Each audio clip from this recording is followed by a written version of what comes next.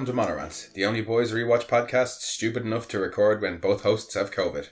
I'm one of your hosts and jack of all trades Mono, and with me is my co-host and master of none Kira. I have spongy brain. Yes, I think it's safe to say that we both have spongy brain. I have spongy brain. But it's, something. Yeah.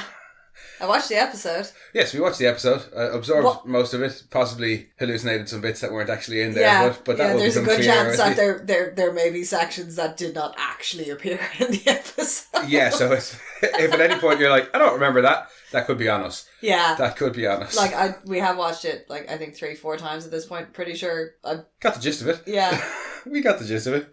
But yeah, that was it. End of season 3. Yeah. It's all over except for the tears. Yeah. And we had plenty.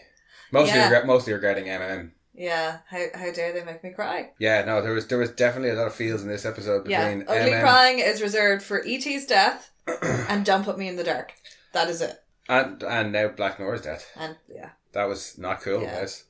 Not cool. Fuck you. Yeah, a lot happened in the episode, but I've seen a lot online in just kind of first reactions from people saying that they were quite disappointed and they felt nothing happened and everything ended up back to square one. And there's an element of back to square one at the end of the episode. It has very much regressed to the mean. But there's an awful lot has happened as well in the meantime. Yeah, I kind of can see where people are coming from, where it's a lot happened in the episode, but at the same time a lot of stuff didn't. It wasn't anything hugely pivotal, groundbreaking. They've stopped Soldier Boy. I'd say the most important plot point is Ryan. Yeah, from the episode was Ryan. And fucking Todd, you fucking asshole. It's fair to say that I still really enjoyed this episode. I know one of the first things I said was that the online reaction that I'd seen wasn't great, but I really enjoyed it. Oh yeah. I definitely wasn't disappointed. I had a few issues with it, but nothing major, and I still really enjoyed it. Yeah, no, managed to drag myself out of my sick bed at midnight on Thursday to watch it here. Not sure how much we absorbed on the first watch. There was some definite gasping. Oh yeah. And clutching and crying and general. There was definitely crying the first watch. There was some shouting as well. There was definitely shouting. Which was, don't you do it, Todd! Don't you do it! And shouting and crying with Black Noir. Yes. But I enjoyed it. I can see where some people's criticism can come in because compared to kind of the last couple episodes of season 2 with the whole Stormfront reveal, roundup, yada yada yada, the Homelander is your son was the end of the last episode, was it? I have no concept of time anymore. The last episode finished with the Soldier Boy daddy reveal. Yeah, so I can understand why people felt like that was maybe compressed, whereas we got a few more episodes of Stormfront being a Nazi and the move against her. I think a lot of people were expecting either Homelander or Soldier Boy to be killed. Yeah. And I can understand why people might have thought Soldier Boy was going to be killed, but they weren't going to kill Homelander at the end of season 3 of the show. No. Even if it is a 5-run show. No. Or a 5-season run. If they'd even do attempt it, it'll either be end of season 4 or halfway through season 5 if they are going to do a 5-season arc. Yeah, I don't know. I reckon they are, just given that it's a Crip Cree show, and I don't think the show has that much of a longevity. Yeah, and for how much Soldier Boy we got in the season, I wasn't expecting him to die. I wasn't expecting either of them to die. No. And the CIA has him now, which will be fun, which means they're going to try and manufacture whatever's in his blood. Yeah, well, they try some sort of anti-soup weapon. Yeah, it'll be interesting to see where they go with that. Yeah, especially because Mallory's gone, and that was a look of hate. Good God. But we've jumped straight to the end of the episode there. Yeah. So will we go back to the... Well, before we go back to the start, will we go for a summary? Yeah, I'm actually amazed you remembered because I have no brain. Well, neither of us have a brain. Right now, we don't have a brain between us. No. 90% of my brain power right now is devoted to hating Todd. The other 10% is just surviving COVID. Because seriously, fuck Todd. Yeah, no. Absolutely fuck Todd. Fucking hell, what a prick. But thankfully Todd doesn't show up in my summary. No. Nor should But honestly, I actually feel like somebody needs to go and find the actor and make sure he's safe. Yes. Because that is how, I always have big props for people who can play characters that end up being so hated. Oh yeah, and he's only on screen. I actually feel like the actor might be in danger. And he's only on screen for, I'd say, less than 10 minutes across the whole season. An asshole, though. In 4 episodes? Yeah. And we fucking hate him. We hated him from the get-go for muscling in on MM's family. But then his ideology, when that was introduced, that was just like, oh, okay, there's a reason why I hated you. Yeah. I just didn't know It's it. nice. It was nice to know my hatred was justified. I just hadn't realised until I saw Yeah, you. I've never, it's very, very rare that you get a character where you're like, I just don't like you. That's like not, like, because he wasn't set up to be an unlikable character. Not like, he's good to Janine, like, he's good to I think in the first episode like, you're not necessarily supposed to have any problems with him. And then when you see how he's watching Homelander's that birthday speech. And he gets his loathed chub on. Oh yeah, he's definitely got a hard on watching that. Oh, well, he's definitely got a hard on in that park. Oh yeah. Oh yeah. Yeah. No, he had a hard on first. Homelander killing that guy. But we've done it again. We're straight back to the end of the episode. Yeah. And I haven't even attempted the summary yet. No. I'll try again.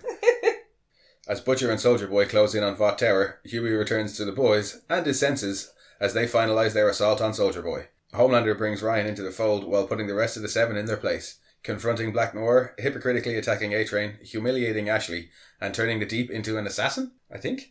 Sort of? Yeah.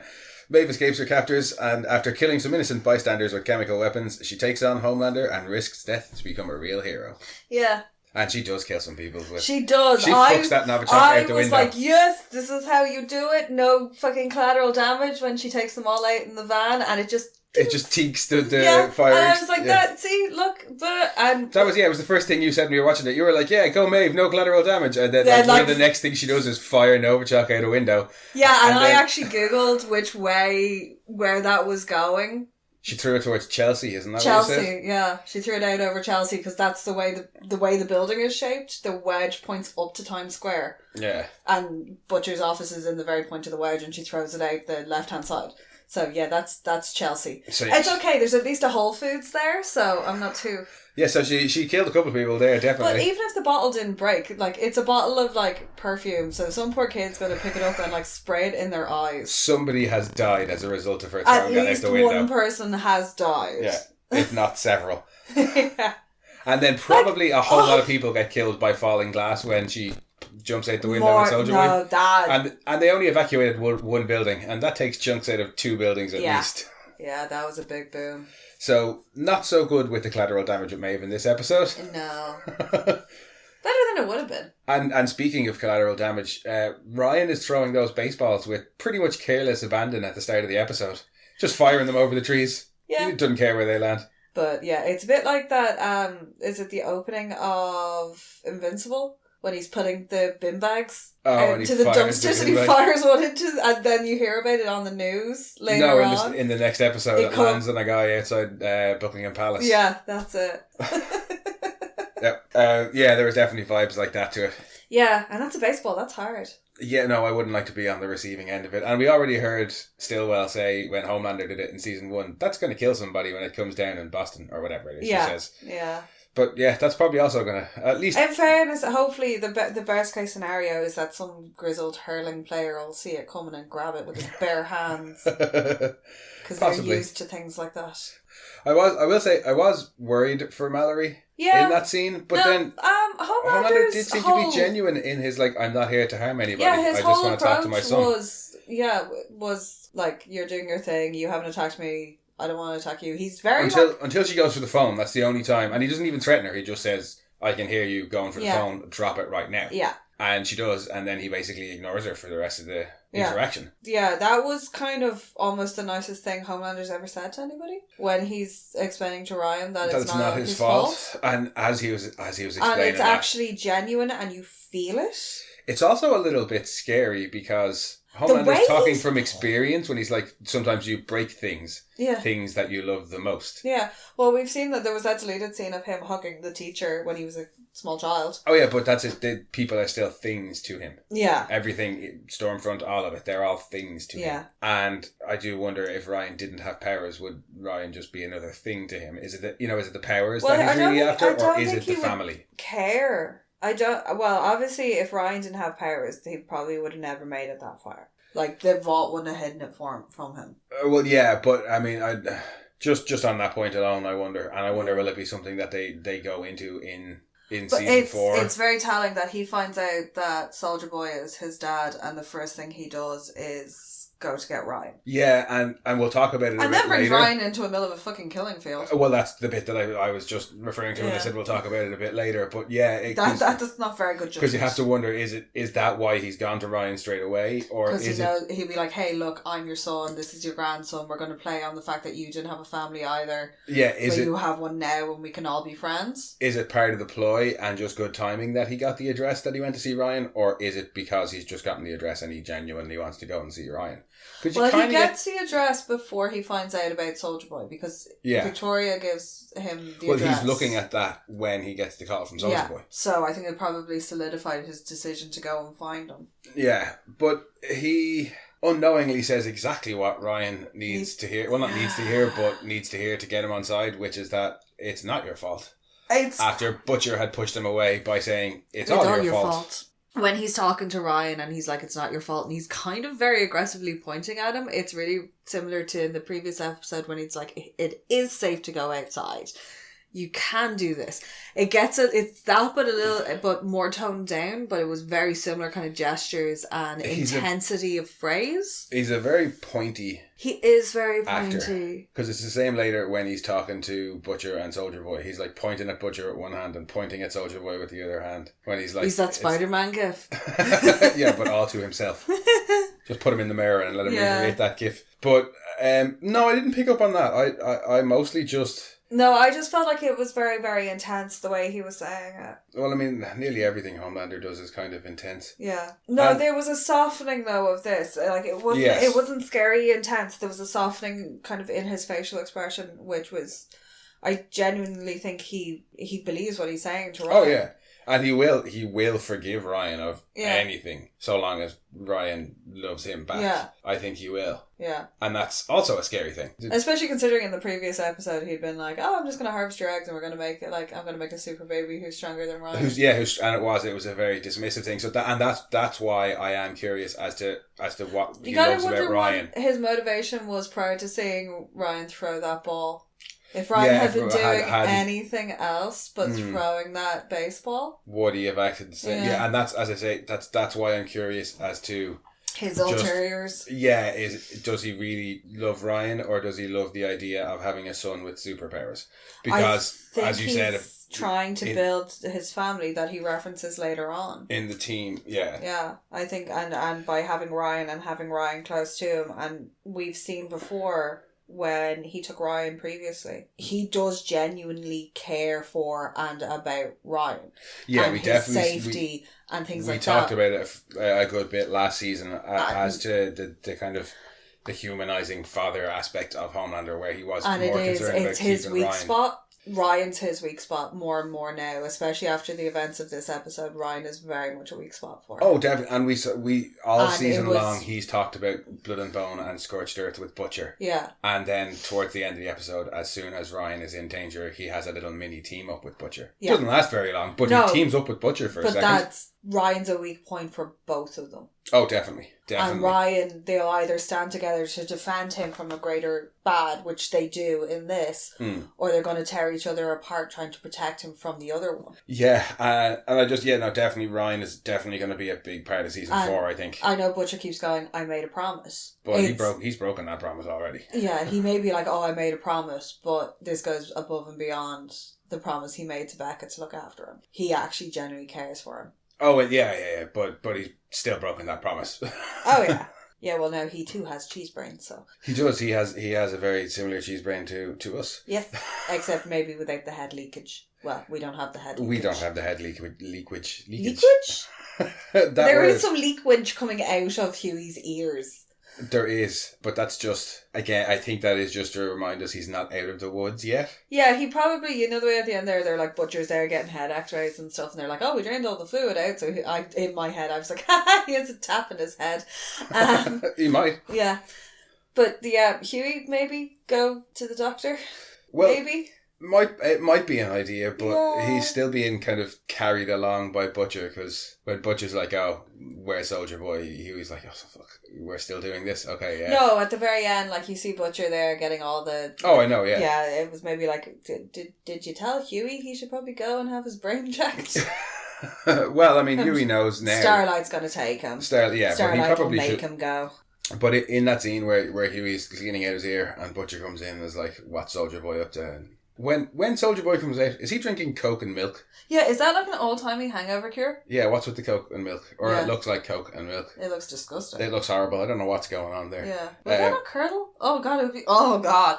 But one of the other things that I'd say, quite surprised by is when Deep and Ashley go to move Maeve. You know, yeah, well, there's the big protest outside. Yeah, and I'm some of those signs were hilarious. Some of those signs were hilarious. You're one in the fucking US flag shirt who was like, Starlight dies, children. Or Starlight lies, children die. Yeah. That was weird. I didn't quite get the whole when they decided on colours thing. Yeah, all the Starlight supporters are yellow. Yeah, and they were some very professionally made signs. I suppose they went with yellow because it's easier than white. Starlight? Yeah. Yeah, well, most of our uniforms yellow. Yeah, it's yellow and white, so we'll go with the yellow. Yeah. But yeah, they were all the protesters are very colour coded. Yeah. I suppose it's just to make it easier for us. Yeah, thanks. But yeah, also makes you stand out more. But yeah, no, what I was surprised by was when then we cut inside the building because the protesters say that the Attorney General's on her way with a warrant. Yeah. And inside Deep and Ashley are freaking out and talking about moving Maeve. When they gas her, Ashley says she's sorry. Yeah, she made I'm sorry at her. Wasn't expecting that. It sets up what comes later with Ashley. Ashley and Maeve have kind of the most human relationship of her and any of the seven. Yeah, well, they have like a kind They've had a couple of bickers over. Yeah, it's like they have a blunt respect for each other. Yeah. Like, she can't stand the Deep because he's an idiot. Yeah. A-Train doesn't like her and has already a bunch of times been like, you know, you used to get me my coffee and that sort of shit. Yeah, that's right. I said it out loud. Yeah. That whole bit where she unloads on A-Train after pulling her hair out. And he's like, damn. I think she also might feel a little bit responsible about all the various things that have happened to Maeve, because we saw Starlight come for her and be like, where is Maeve? And she nearly cracked and told her. Yeah, but and also, then was like, no, he'll kill me. Also, last season, she was the one who, like, put her and Elena on this pedestal, which led to the two of them breaking up. Well, she doesn't know why, but as far as he's concerned, that's why. And they had that moment then when Maeve is sleeping with her boy toys and is like, just be a fucking human. Yeah. So, they do have this kind of... There is a bit of a kind of mutual respect relationship there, I think. And I think that's why she's like, I'm sorry. Or it could just be to set up what happens later. Yeah. Well, also the way she looks at them as Maeve is just like, what the shit, really? And she knows, like Ashley, I think, knows to a certain degree what Homelander is planning for her. So Maeve in that moment is probably assuming that she's being gassed to be taken off to have whatever Homelander wants done to her. Yeah. And having Ashley mouth I'm sorry does not make that any better. Probably not going to make any better. So she doesn't waste any time breaking out. No, would not like to be the three assigned to that detail. Well, they're dead now. Yeah. But yeah, she breaks out pretty quick. Yeah. And I don't blame her, given what she thinks is probably going to happen to her. She's on her way to have her eggs harvested and be killed. Some sort of facility and to be presumably like vivisected. Yeah, no, she probably thinks she's being taken off to a lab somewhere. Yeah. But no, yeah, she breaks out and it turns out that Frenchie has come from a lab. Yes. Where he has bought 3 Bugattis worth of Novichok that comes in a tiny little bottle. Yeah, well, he put it in a cheap ass Starlight's Wish bottle, which apparently now smells better with the Novichok inside it. Yeah. But the chat the two lads have after they get past the Novichok. Yeah. Frenchie talking about slicing the guy's ear off because he was talking during 27 dresses. The way he is perched on the arm of that chair makes me really happy for some reason, because he's got the way he's got the leg crossed, and he's talked about taking the Spaniard's ear and he's so mad about it. You just But yeah, having the little heart to heart that they have, and Frenchie getting right to the heart of it and being like, you can't hide who you are from your daughter. At the end of the day, she's going to find out, so you need to explain it to her. And show her everything. Show her everything so that you don't have to worry about hiding these bits, and she's not confused then when things happen. She needs to understand that you have issues and tendencies that make you react this way, and the more she understands about it, the less scary it is for her. Yeah, because MM is the one who says It's not just that I punched a guy. It's the fact that she's going to have the memory of her dad knocking out her stepdad for the rest of her life. So give that memory context. Yeah, and exactly. give it Frenchie's point is so let her Yeah. understand how and why that situation arose. Yeah. And he's right. And Laz Alonso plays that scene. Oh my god, that tear when he's sitting there crying. Oh yeah, he had me in tears. Laz has had me in tears a couple of times this season, particularly at the end of the episode as well. Then when he's with Janine. Yeah, and he's explaining it to her as well. And Frenchie's parting little bit then of, and get back on the Lexapro, will you? But he's like, you are a deeply profound and broken man. Yeah. But so am I. So are we all. Yeah. You know, and he, like, that's the thing, is Frenchie gets that, and Frenchie's the only one who's, like, basically honest enough to be like, yeah, we're all fucked up, so what? Yeah, everyone is. Everybody is. Get back on the Lexapro, buddy. But then he follows it up with, but you're also the best person I know. Yeah, you're the best man I've ever known. And probably true. Oh yeah, MM is the man. MM is the best person in that whole fucking show. Yeah, I mean the whole season has been about toxic masculinity, and MM flirted with it very briefly, and then went back to being the man. Yeah. That MM is a real man. Yes. Fuck Soldier Boy, fuck Butcher, fuck Homelander, MM is a real man. Yeah, and having him be vulnerable and show his fears and his insecurities and taking advice on board and acting on it and being like, well, he recognises what he's been doing has not been working, keeping her away from this isn't working. Yeah. So he takes Frenchie's advice and he's like, yeah, I'm going to tell you what happened, why. Yeah. And when he's talking to Janine, he's like, sometimes it makes me sad, sometimes it makes me mad, it just, breaks my heart. Oh, and the tapping, the finger tapping, and she puts her hands on it, and and again tears.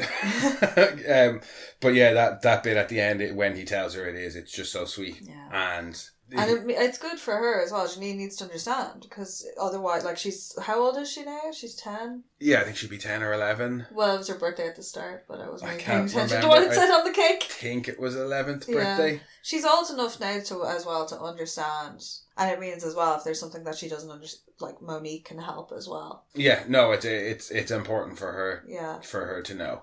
But I mind you, if the final events of the episode make it onto television and Todd's there in shot, Monique's going to be packing up fucking everything. Yeah, well, I hope Monique and Janine can get the fuck away from Todd. Bye, Todd. I really do. And speaking of distance, I love the kiddie squabbling that we see of Ashley and the Deep trying to put the blame on each other and distance themselves from the responsibility of losing Maeve. Where they're just like, but you did it. I wanted away from. They've just turned into siblings. Yeah, I do. I love it. We saw it when they were talking about firing everybody in it was your idea, but you were here. Yeah, and they're saved by Noor returning. Yeah, Noor comes back with his forest friends. Oh, his little birds. His birds that want to fuck shit up. I was kind of sad we didn't get to see more of the birds. I was enjoying them. No, I think they used the animated birds enough. just enough in this episode. There, that little bit, and then when him and Homelander hug, and there's the hearts. Floating hearts.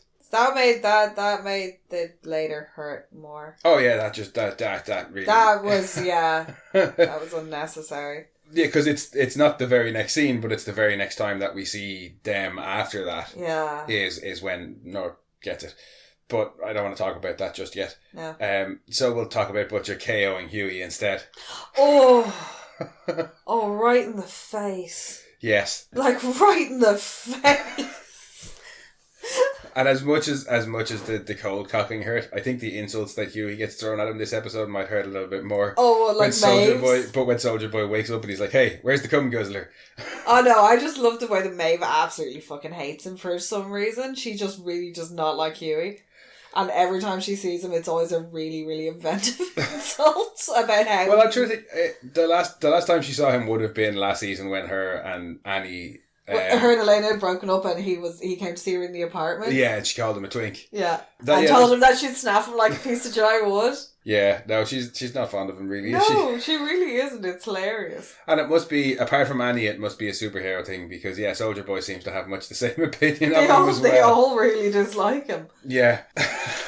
Well, we know A-Train doesn't like him for specific reasons. Yeah. But, yeah, anybody else who meets him is just like, oh, who's this guy? And speaking of unwelcome visitors and A-Train goes to see his brother. Yeah. A-Train's apology is sloppy as well. Oh, what, tonight? Tonight. I mean, he does mean it. He walks in and he's like, oh yeah, he's like, I got a new heart and I'm getting all my shit back and yada yada. And I was like, dude, like, and he's like, oh, you can come back and work for me. Oh, well, I think he's trying to be nice there. He's like, it means shit without you. But the fact that he walked in originally and was like, oh, look at me, I'm getting my whole life back together. Like, he doesn't say it to be, like, condescending. No, but yeah, everything's coming up A-Train and it is very much a slap in the face tonight. Yeah, I think he could go in there and definitely phrase it a bit better and be like... Yeah. Hey, and I'm totally on Nate's side about this as well. Oh, he's God, like, I didn't want, he's like, I wanted my kids to see justice. They can't, because he was a vigilante and you're as bad as he is. And I think Nate's willing to give him a chance up until he finds that out. Yeah. He's willing to sit there and kind of listen to A-Train's apology and listen to what he has to say. But when he finds out that he killed Blue Hawk, yeah, that's when, no, I don't want a murderer in my house. I wanted proper justice done. Oh, yeah, wait to find out about the other 4. Yeah. And it was only for A-Train. Yeah. It wasn't revenge for Nate. It was A-Train's revenge for what happened to Nate. Yeah. But he wanted Nate. I'm like, I can understand where Nate's coming from that. He's like, no, this isn't how you do it. This is why we teach our kids not to get into gang violence and things like that. Yeah, it's more important for them to see that the system can work and punish because these racists. The system's already against them. Yeah, they don't need the example being taking matters into your own hands and go out there and kill people. And from Nate's point of view as well, yeah, he killed this guy and now he's getting all these rewards heaped on him. Yeah. Which also sends a really, really bad message to, like, impressionable kids. Yeah, so it's done with him by the looks of it. And oh god. And if Nate is done with A-Train, like 100% done, I still can't see where they're going with A-Train. And unless we get big things from him in season 4, I still think they should have killed him in episode 6. Yeah, I don't know how it's going to play out. I don't know why he's there. Yeah, I don't know where they're going to go with him. Because I can't see him becoming like this crazy activist or anything like that either, because Vought's not going to pay him. Yeah. Yeah, I really don't know. I'm struggling a bit with it. Yeah. Well, let's move on from him. Although I did like when they were all in the meeting with Homelander. A bit later on in the episode, yeah. They're all at the meeting and Deep, he's like, oh, Deep, you've been off fucking an octopus. Yeah. And A-Train's face is that picture that's like, girl, I'm going to have to call you back. His face acting in that scene is great because when he's like, how could you kill one of your own? And he looks in cold blood. And he just looks at Black Noir's helmet as if to say, but Black Noir is dead because of you, like in the last couple of minutes, and now you're giving it to me. There's a lot of brilliant facial expressions in a very short amount of time in that scene. Or when particularly from him, because he goes from Deep being like, what? I do and like then that bit. Ashley having to take her wig off, which just... I felt so bad for Ashley. That just was very upsetting. When the Deep goes up to him, I do like when he's like, isn't that treason? And Homelander just looks at him and goes, big word. Yeah. As if to say, now you've got a brain of your own all of a sudden, do you? Yeah. I thought that they'd actually hold on to what that is for a bit longer, but it's literally the next scene where you see him go and kill that congressman. Yeah. I thought they might have put that a bit later, just because you don't hear what he whispers to him. Yeah. But yeah, that scene where he's going through what's wrong with all of them. Oh yeah, when he lines them up, it's very similar to in season 1 when they're all around the table and he's like, "Not you, Noir, you were great." Yeah, except this time it's even worse because Noir's a helmet on a table. Yeah, Noir was that not also great. means he had to go back and get the helmet at some point, because when he leaves Noir, when he's like, "You should have told me," and he walks off, Noir's still wearing his helmet, so he had to go back and get that. Yeah, he also had to get clean gloves. Yes. He's tripped down I assume to he LJ. has many spares. Yeah, tripped down to LJ. Many spares. And I kind of wanted a set of those spares to slap Huey when Annie comes to pick him up, because he keeps saying dumbass things. Oh, when he's like, Butcher saved me. Well, not even that. Butcher finally did the right thing. First of all, she's like, "Oh, did he tell you?" And he's like, "Tell me what?" The shit that you've been injecting into you can turn, is fatal. No, it was more... And then he's like, "Oh, but he saved me by punching me in the face." And she's like, "It looks like he gave you a concussion. And what part of this shit makes your brain into Swiss cheese? And then you think adding a head injury to that is going to help?" No, it was more his dumbass statements to her when he's like, you probably want me or want to tell me to go fuck myself. And it's like, you know she does. You should start by apologising. You shouldn't be leading in with stupid statements like this. Or later on when he's had his realisation about what strength actually is. Yeah. And he looks at her, and instead of just saying, "You can say I told you so if you want to now," he's like, kind of "Oh, every neuron smirky. in your brain is firing because you want to say this thing, so just go ahead and say it." She's lucky he didn't fucking slap the shit out of him. Yeah, she's lucky she did not pull over and beat him with her shoe. Because when she goes, "Oh my God," I thought she was going to go off on wood, but she just goes, "Oh my God, I was fucking right, and I did tell you so." Yeah, honestly, if that was me and that was you, I'd have pulled that car over and I'd be beating you on the side of the road with my flip-flop. And I'd have deserved it for saying dumbass statements like that. I'd full-on flip-flop in either hand, just like, no! And don't get me wrong, I'm happy Huey has finally had this realisation. We've spent most of this season shouting at Huey for being a dumbass, so it's nice that he's finally come to his senses. But he still hasn't quite come to his senses. He still has this whole, like, butcher fucking beer goggle effect is the only way I can kind of describe it. Like, he looks at Butcher and it's all, like, fucking rose. I think when he realises that there is, Butcher did save him or whatever, that there is still a tiny little bit of goodness in him, as he says later on. But is it goodness or is it guilt? Because the first thing he said, like, just before he punches him out, he's like, "You really are the spit of my brother Lenny." Is that goodness or is that him acting out of guilt for not being able to save Lenny? Or I think it's like it's the a bit two of aren't both. the same. No, they're definitely not mutually exclusive, and I think it's a bit of column A and a bit of column B. He's definitely guilty about Lenny, but I think he does also want to do the right thing by Huey. If he wanted to do the right thing by Huey, he never would have let him take the stuff. I know, but he can't help himself. Like we were talking about that in the last episode. Yeah, he really can't. He can't help himself. So when he's at these kind of crux moments where he's really seeing the similarities between Lenny and Huey, yeah, I think it's like he has to act on it then. Because we saw how close he was to acting on it last week and he didn't.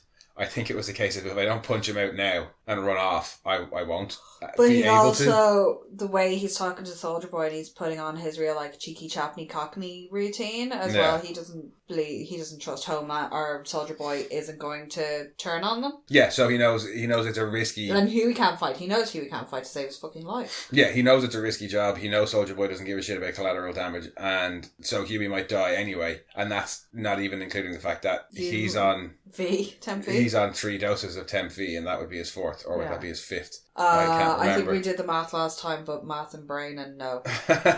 Yeah. Honestly, I'm having enough trouble, like, fucking, I have no idea what day it is. But as to his kind of like his continued idolization of Butcher, I don't think it's Annie came to save him when he didn't deserve it. Yeah. So for him to turn... Well, Annie didn't really come to save him. I'm pretty sure he just had to make a very embarrassed phone call. I assume a sheepish and embarrassed phone call. It fucking better well have been. Yeah, well, but also, lets her drive his car. I know. He also let Kimiko bleed out on the seats of his car. So. Well, I don't think that was a case of letting. But yeah, no, I think it would be hypocritical of Huey to say, no, fuck Butcher, after he had been saved when he thought he was beyond redemption. Yeah. So it's like he says later on when they're all in the apartment a bit later, we save everybody, even if they don't deserve it. Because he didn't deserve it. Well, considering Starlight at the time is trying to get Vault Towers, evacuated. That's so funny. When they get back, there's so many funny bits in that. Oh, when she's like, gets the phone call. Fucking shit, fuck.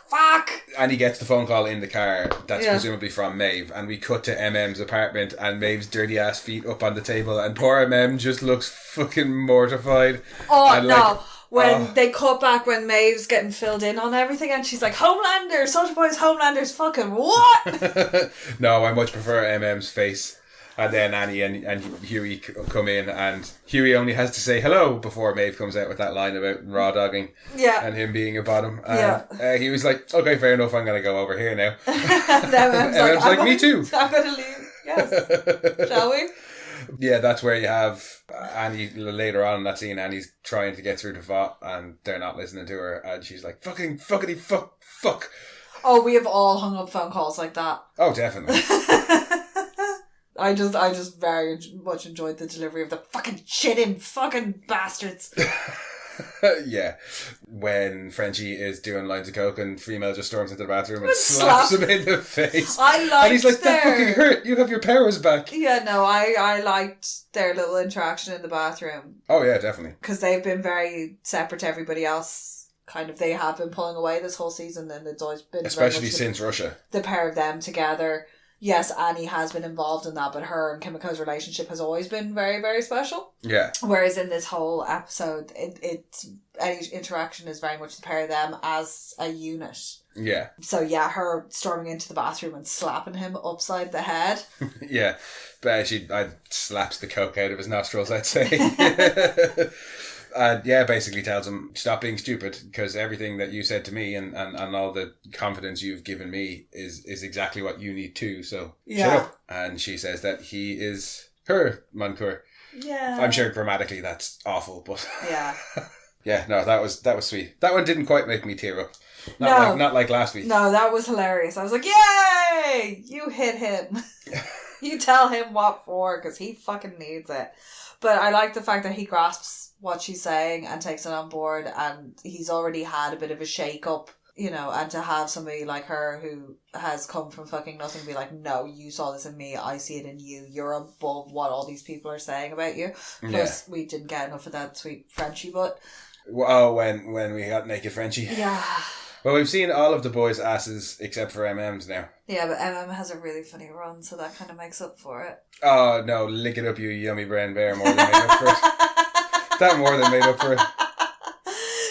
Second favourite moment in the show. But I loved the scene that followed then with Soulja Boy and Billy talking about their dads. Oh my god. Because I don't know who was Soulja worse. Boy... Who's worse? The poor kid who got the absolute tar beaten out of him, or the rich kid who got ignored? But there's so many bits in that. The idea of Soulja Boy who just pictures himself as this massive manly man and nearly 100 years old and still can't get over the fact that Daddy didn't love him. Daddy didn't even give a shit enough to beat the crap out of him. But he was very much a child of privilege. Oh god, yeah. And like Daddy owned half the oil fields. And I love how the worst thing is that he's a disappointment. Yeah, I was a disappointment. And it's almost like when Butcher says, oh, I didn't have to steal my old man's booze because he got us drunk. It's almost like Soulja Boy is like, oh, what I wouldn't give to have had a father who just beat the shit out of me and got me drunk. Down. Yeah. What I wouldn't give to be hung up, spat in the face by the jailer. Jailer's favourite. Ooh. But it was a bit like that. He's like... It was like poor little rich boy. Yeah, poor little rich boy. Daddy wouldn't even beat me. I wish I was like this poor, working class British guy. Bit in, It's Always Sunny, when he's like, why wasn't I good enough to be molested? Yeah, nearly. It was like, I was such a disappointment my daddy wouldn't even beat me. Yeah, it wasn't even worth it. I absolutely loved what Daddy's response was to Soulja Boy getting the... Oh, you cheated? You cheated. It was a shortcut. A real man wouldn't have done it. And it was just... And then you could see... He kind of like towards the end of it, just before he asks Billy if Billy has any of his own kids, he's like, oh fuck, I overshared there. Yeah, just a little bit. And then he's like, I always assumed I had a couple of rugrats running around. But he's had that narrative going the whole way through. Like he made the comments about wanting a couple of... He presumed he would retire, have a couple of kids. Oh yeah, it has been a running theme for him. This ongoing, this progeny type thing. Yeah, and kind of what was stolen away from him, the chance to have a family. Yeah, and that he'd do it right this time and not the way... It's the whole we'll never become our parents and we always inevitably become our parents. Yeah. Yeah, and in fairness, if there's any show creator out there who deals with daddy issues, it's Kripke. Kripke knows how to deal with daddy issues. Yeah, in fairness, if a yellow-eyed demon that slaughtered everybody is nicer than your dad. Yeah, no, Kripke knows how to deal with asshole dads. That wouldn't be my dad. My dad would be angry that I used the last bullet. But it's a nice change from damaged chick with daddy issues. Yeah, damaged dude with daddy issues. Yeah. And they all have daddy issues. Heavily self-medicated, radioactive daddy issue having. But they all do. Butcher's got daddy issues. Huey's got daddy issues. Homelander has daddy issues. Yeah. Ryan has daddy issues. Yeah. MM is about the only one who doesn't have. Well, he has daddy issues, but that's how to be a daddy. His issues are legitimate. He's dealing with a lot of PTSD. Well, again, he's also dealing with watching how his father coped with this, which was by working himself to death in a lawsuit. Like MM being the heart of the group and being the real man, he does have daddy issues, but he deals with them properly. He's sought medical attention. Yeah, he's dealing with them. He's not he like understands hiding them and he recognizes them, and he recognizes that's a sickness and it's something that will never be resolved. Hopefully season 4 might see an easing of it. I like him having his moment in that fight of being the one who actually gasses Soldier Boy. Yeah. Oh, so happy. And I was like, yes, victory! Like, because he's taken down, he's fought his monster. Yeah, he's slayed his dragon. He's fought his metaphorical demons and his literal demons. Yeah, he slayed his dragon, and now hopefully things between him and Janine will get better. I think with the exception of fucking Todd, MM's family issues are mostly resolved. Yeah, and explaining it to Janine would have been the final step in that. Yeah, I don't think it'll be a big focus in the next season, to be honest with you. But him being able to explain to Janine, yes, there was somebody called Soldier Boy and he was a bad guy, but he's away now and we know he's away and he's safe. But yeah, no, because he has that whole conversation after the events. Oh yeah. But he is the one who's kind of dealing with it the best. Huey does realise at the end that no, actually his dad was not weak and his dad was quite strong. That's why I would have liked to have seen some form of redemption, or even just like, oh, there's my dad, I need to go talk to him, because you had seen him hang up on his dad in earlier episodes. Yeah. So it would have been nice for him to actually go and talk to him, especially having seen what happened with Ryan. Yeah. But after all the fun of the two boys and their daddy issues is the hardest part of the episode for me. Black Noir getting killed. Yeah, he rocks up and he's ready to go, and he's got, Buster Beavers there with him, and he's ready to fight. Yeah, he comes with his note, which made me really sad. And also he can write upside down really legibly. When he writes bad. Yeah. And then just underlines it. Yeah. And then you get that whole sequence where Homelander talking about how he can see his scars and see his facial expression and stuff like that. And you're like, oh, dang, I've forgotten he could do that. Yeah. I like the fact that this episode as well reinforced the fact that Homelander has other powers that we have slightly forgotten about.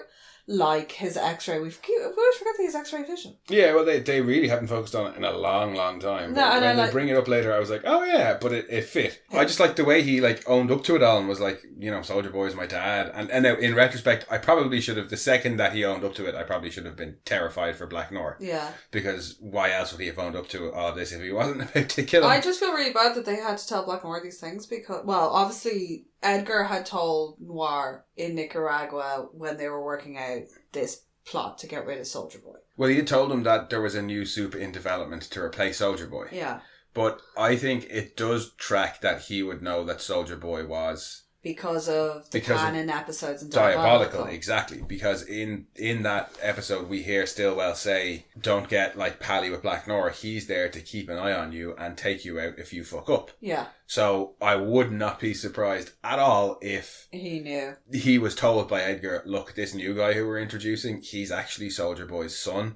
You hated Soldier Boy, so keep an eye on this one and make sure he doesn't end up like the other one. And it would also track down that Black Noir tried to be good friends with this one. Rather than, at the end of the episode where he actually helps Homelander cover up what happened in the steel mill. That tracks because he knows he can't beat Homelander any more than he can beat Soldier Boy. So bring him on side. If you can't beat him, join him. Yeah. Well, also he tried to go against the last one, and look at that. Exactly. So yeah, he knows he can't beat him. So this one, he'll try and get him on side and be friends with him. Everything Noir does is always just touched with this sadness, and watching him stand there while Homelander was telling him all this stuff, and it was like, no. Yeah. Because it's almost like he doesn't know any better as well. Because in some ways he is a perfectly capable being who can make his own decisions. We've seen that. We've seen him leave. Yeah. But he also seems to be more comfortable with somebody else taking the reins. Mm. And he's just this very, very tragic figure. Yeah, no. When you look at everything that we've seen from him, of his joy of totally. To him sobbing in the hallway. No, my big sigh there was because he's dead, not for anything else. My boy Black Noir. Yeah. He's dead. Yeah. And I've seen people talking about how, they might bring him back. I think they're just going to put somebody else in the suit. Yeah, that's what they might do, is that they bring him back and put somebody else in the suit. And I'm like, cool, Nate Mitchell can get some more work. I'm down for that. But that's not my boy Black Noir. No. My boy Black Noir is dead. And yeah, I saw some people online saying, it's Black Noir, he can regenerate from that. But I don't know. No, Homelander, I think, took a bit with him. Yeah, it looked like he was walking off with something. Well, there was at least like gunky bit. And also, and we see Buster going, bye-bye. Exactly. Bye-bye, brothers. Bye-bye. Yeah, and so that was the end of Black Noir. Mind you, we also thought that A-Train was dead because that was True. a very similar kind of ending. I think they're probably just going to put somebody else in the suit. If they put somebody else in the suit, it will narratively work better than having that same Black Noir come back. No, I think they're just especially after A-Train. I think they're just going to put somebody else in the suit. They can't afford to lose Noir, and Noir's a mutant ninja. So it's easy to cover up his death. They probably have a stockpile of like random ones that do the same thing. Yeah, no, I think I wouldn't be surprised if we see Black Noir back, but it's somebody else inside the suit. Yeah. If it's the same guy, it'll be too similar to A-Train. Yeah. And that'd be their third death fake out because Maeve's is kind of a death fake out. Granted, it's revealed Maeve in should the same never, episode. We were talking about this because we're still like, how do Soldier Boy's chest boom thing work? Now, I'm gonna say we'll hold on to that one for the wrap because the powers issue is something that I have a lot of ranting to do. So it's probably better if we save that for next week. Yeah, but there's issues with powers, definitely. Basically, the takeaway from this one is Maeve should not have survived that. Yeah, I don't think so. Maeve should not have survived that either. She shouldn't have survived either the blast or the fall. Yeah, let alone get up and get. Not the crux of it is where did she get depowered? What process in that series of events did she get? Was in an alleyway in the surveillance footage. Yeah. She's like in an alleyway. So like, did she just like kind of drag her ass there and hide under some rubbish? Because they're out in between like a whole load of other buildings. Well, yeah, but I mean, and she gets up and limps off. So that's like it's very unclear. If she'd been depowered before she hit the ground, she'd be dead because she'd be a bag of bones. If she hit the ground before she got depowered, she'd still be like a bag of bones. Next week. Okay. We'll do it next week. All right. Because it's going to be like probably half of the wrap. Yeah. That because we both have issues with it. Well, we have issues with that. And we have a lot of issues with the way some things are done. And speaking of issues with Maeve, next is when we see her chuck that bottle of Novichok out the window. God damn it, Maeve! When all the guys seriously, get to it's Russian nerve gas. Yeah, everybody there knows how dangerous Novichok is, yeah. And she still just fucks it out the window. I know she's making the point of, no, we are not killing Soldier Boy, we're killing Homelander, but we're also killing a bunch of innocent people as well. Yeah, that's a nerve gas too. Yeah. It's not like it'll just dissipate in the wind. And apart from that ridiculousness, the other ridiculousness she just I love, wiped out like a whole fucking district. The other ridiculousness I love in that scene is Frenchie when he makes his little stand. No, he starts. He starts. No. The way he says no is fucking brilliant. No, but he starts off by making a really good point. Sorry, I sound like Muttley at the minute. Yeah, he starts off by making a really good point when they're trying to say to Butcher, look, there's a shitload of people in Vought Tower. Well, Butcher's like, who gives a shit? They're Vought people. And Frenchie straight away is, Becca worked for Vought. Yeah. So you can't say there's no good people working for Vought because your Becca wife worked did. For Vought, yeah. Some people just need to, some people have to have jobs, okay? Yeah, and I think it hits too close to home for Butcher, and that's why he tells Frenchie to shut the fuck up, and that's when he says, No! Matt Cole, I will not shut. And then it's like, we deserve dental. Yeah, it just properly goes off. I want respect. We all deserve respect. Maeve's loving it. Maeve just thinks it's hilarious. Maeve's just in the corner this is fucking brilliant. Of all the things to be going off about now, this is what you're going on about? Okay. Not the time to make a stand, Frenchie. Well, it is the time to make a stand, not about this. Not to that detail, yeah. Because Huey's like, no, okay, we hear you. Kimiko looks so proud. Oh yeah, and rightly so. She should. And then when he steps back and he looks at her and he's like, yeah. Yeah, he's like, I told him. And then he actually has a genuinely good idea. Well, Frenchie's ideas have been good before, but this is the first time where he's offered it up. He doesn't have the good idea there. First they get locked in the safe when Soldier Boy returns. Yeah. Yeah. In the safe. Right, everybody back in the safe. Let us out. We dried our shoes and then ate them. Butcher knocks off the power and says Tinkerbell needs power to use her powers, and that's something else that will be brought up next week as well. Yeah. But but it doesn't matter the fact that you've got Kimiko and Maeve in there. Well, no, Maeve goes off with Soldier Boy and Maeve Butcher. Does go off. But when we cut back to them, it sounds like it's just Starlight pounding on the door to get them out of the safe, and not Starlight and Kimiko. I don't know. I do like how they're Maybe shining Starlight's the torches actually, on her. Maybe Starlight's stronger. Well, given what we see her do later on. But also we've seen Starlight actually train. We Yes. know that Starlight can punch her way through a brick wall. Yes, we do. We've known that since episode 1. Yeah, so, yeah. The person who can donkey kick and knows how to get, like, who can effectively donkey kick their way out of a safe door. Yeah, and just with the light off mobile phones to power her. Yeah. I was like, why are you going through the door? Go through a wall. Well, we don't know how big the safe is. But we know that there was a wall on the other... They know there's at least a wall on one side. But... Because there's the door. But it's a safe. I know. It's a self-contained unit. Every wall is a safe wall. It'd be easier than trying to get through tearing a hole through the wall as opposed to trying to kick off a 5-point lock ton door. When safecrackers go to safes, do they try and break into the side or do they try and break in through the door? Depends on if it's a safe or a vault. Look, it's fine. It doesn't matter. That's a vault. They could have gone through the floor. Just go with it. But yeah, they break out, and then the Frenchie has his amazing plan. They switch the power back on. But no, that's not his amazing plan. His amazing plan is let's go and make some Novichok in the labs at Vought. No, that's not his plan. Frenchie's. Yeah, you said M&M's. Did I? Yeah. Oh, COVID brain. But yeah, it's Frenchie's plan to... Yeah, there's one lab. There's only one lab where I could possibly go to make this, and the whole reason we haven't brought it up till now is because it's fucking suicide mission. Well, no, and for a split second, when he was like, there's only one lab... Little Nina. I was like, he better not fucking say Little Nina. We don't have time for this shit. But thankfully he doesn't. No, he's talking about the lab at Vought. Yeah. And I love when MM lays it out and he's like, you want us to go and break into the tower and go into the lab while we hold off Soldier Boy and you make this shit up. And Frenchie's response is, We? Yeah, I guess. Like, I don't have any other plan. It's the best plan they got. Yeah. It's the best plan they got. It's the onlyest plan they have. Yeah, well, like, Frenchie made nerve gas really fast. I know it's the whole, like, dramatic effect of it and all, but... But at least we've seen him do shit like this before. Yeah. We know he made the Xanax bomb. Yeah. We know he's taken out various soups with various... He's like a turtle. Yeah, exactly. That's his thing. So I don't... Yeah. I get to see the goggles again. Exactly, You're yeah, always we get happy the to goggles. see the goggles.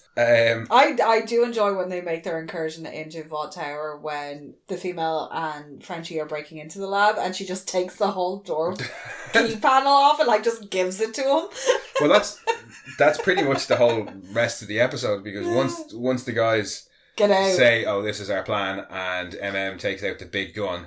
That is a big gun that he keeps in a very special filing cabinet. Yeah, and Huey teases us by finding the Violet I kind of wish it'd V24. been a rocket launcher just because it would have been very reminiscent of that whole siege in Kick-Ass. Yes and no. Where he goes in and he comes back out with the rocket launcher.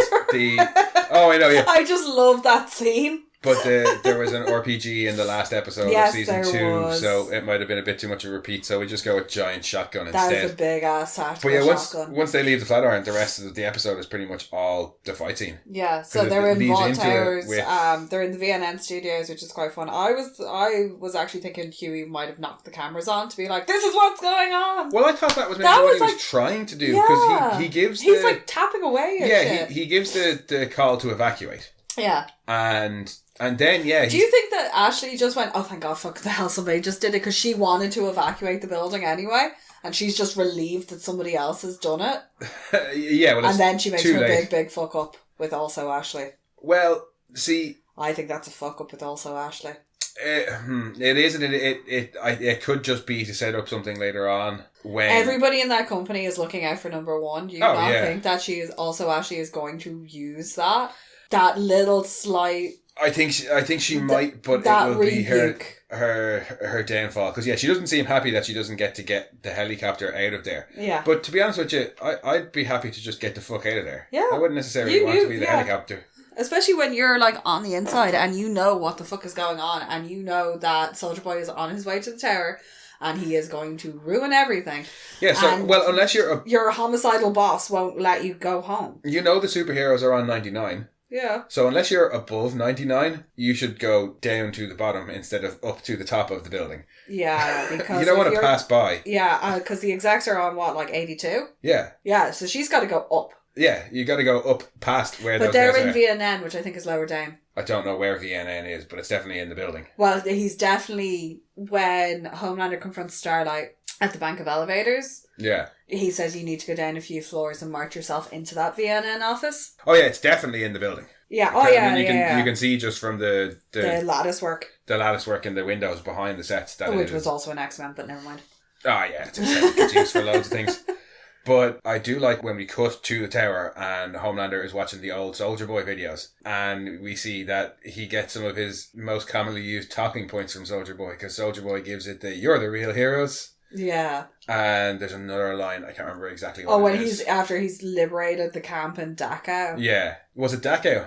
I don't know if they mentioned Dachau was an American liberated one, though. But Dachau was the one where Vought did his work. No, I didn't know that it was Dachau. I'm pretty sure. Dachau was definitely the one where Vought did his work. If that's the one that I would have closest to the front of my brain, but it was probably the one that they mentioned. I think it's in the... It would track as well, because we know Soldier Boy didn't actually do much in the way of fighting. So, yeah, that sent him into the one where the guy who now works for the American government creating superheroes did all this horrible stuff to they're get talking rid of the about, evidence. Yeah. But I like that little bit of Homelander's, you're the real heroes, and there's another one, I can't remember what it is. Oh yeah, it's this good, clean cut, all-American 1950s image. Oh, but it's, it's 100% specifically... pure Americana. But these are Homelander's specifically most used lines. So he grew up watching the Soldier Boy videos, and he's been trying to emulate Soldier Boy all his life, and then just found out that Soldier Boy is actually his dad. I just thought it was a nice little extra level. Bite my shiny metal daffodil ass. Bite my shiny daffodil ass. What's that got to do with anything? Homelander's top 10 phrases. Oh, right. Sorry, I just wasn't sure where you were going with that one. We've changed it to words you rarely use. Oh, I know this one. Thank you. But when Homelander brings Ryan out, when the guys show up and they're starting to have a chat instead of fighting straight away. Yeah. And Homelander's like, I'm your blood and this, that and the other. And then he brings Ryan out and I was like, did you really just bring this child into what's going to be a fucking killing field, Homelander? Are you hoping to play on his sensibilities? Oh, definitely. That's it. He brought him in there as an emotional ploy, but it's like, you fucking idiot. And I think maybe when Ryan gets the hit... He's like, he could be okay. He is basically bulletproof. But I think when Ryan gets the hit... He's not concussion proof. We've seen that already. But when Ryan gets the hit, I think Homelander does realise, and he's like, oh, maybe I shouldn't have brought him here. Well, that is Jed. Like, he turns his back on his three biggest... At least two of his nemesis. Mm. He's at Soldier Boy's... I think at that point Soldier Boy's kind of gone over into enemy camp. Yeah. Because it's after the brilliant grab to the face, which is just such a good grab to the face. But even just everything that leads up to the grab to the face, when he's like... Got the arm on him and he's like... And yeah, you think it's going to be like, he's like, I wish I was there for you to grow up, or, to bring you up and to teach you right. And you're like, oh no. And he's like, then maybe you wouldn't have turned into such a snivelling pussy. And you're like, okay, at least they're not going to team up. Yeah. But I did like the probably the most self-reflective bit of Soldier Boy that we've gotten, when he says, you're a snivelling little pussy and all you want is people's adoration and attention. And right in the feels. He nails that one. Oh, he does nail that one. But when Homelander's response is, but I'm you. He's and like, Soldier Boy's like, yeah, I know. And you're a fucking disappointment. I just really like that he had that little bit of acknowledgement of, oh yeah, you are. You're exactly like me. And I hate you for it. Yeah. Well, we've already seen that Soldier Boy is extremely, insecure. His reaction to Mallory in Nicaragua, the fact that he keeps, having to make all this innuendo about being the big man. Oh, yeah, and constantly talking about what a real man is. But not the way the legend, it just casually name drops all these women that he slept with. Because he's the legend and he doesn't, he's not saying it to big himself up. Oh, he is. He is. It's not but it's not, there's a charm to the legend as opposed to this kind of vague veil of, acts and desperation. Yeah, the legend is saying it to brag, but doesn't care whether or not you're impressed by it. No. These guys want you to be impressed. Yeah, like he has this whole, like, he has to be number one, like, and you kind of see it when he's in Nicaragua. And well... The way that everybody describes him as well, and like... And the face-off with Crimson Countess, when Crimson Countess says... No, we all hated you. Yeah, none of us loved you. We fucking hated you. And also the confrontation that he has with Noir in the animated sequence about Noir getting above his station. Yeah, Noir, all Noir wanted was a movie role, and then oh my he God, loses he's it. Sterling Archer. Huh? He's Sterling Archer. No, that's not fair to Archer. No, but it's if Archer, went too far and didn't have a mother. But a lot of it, like, he has that whole, like, private school boy. Oh, definitely. Bullying, like, swirlies.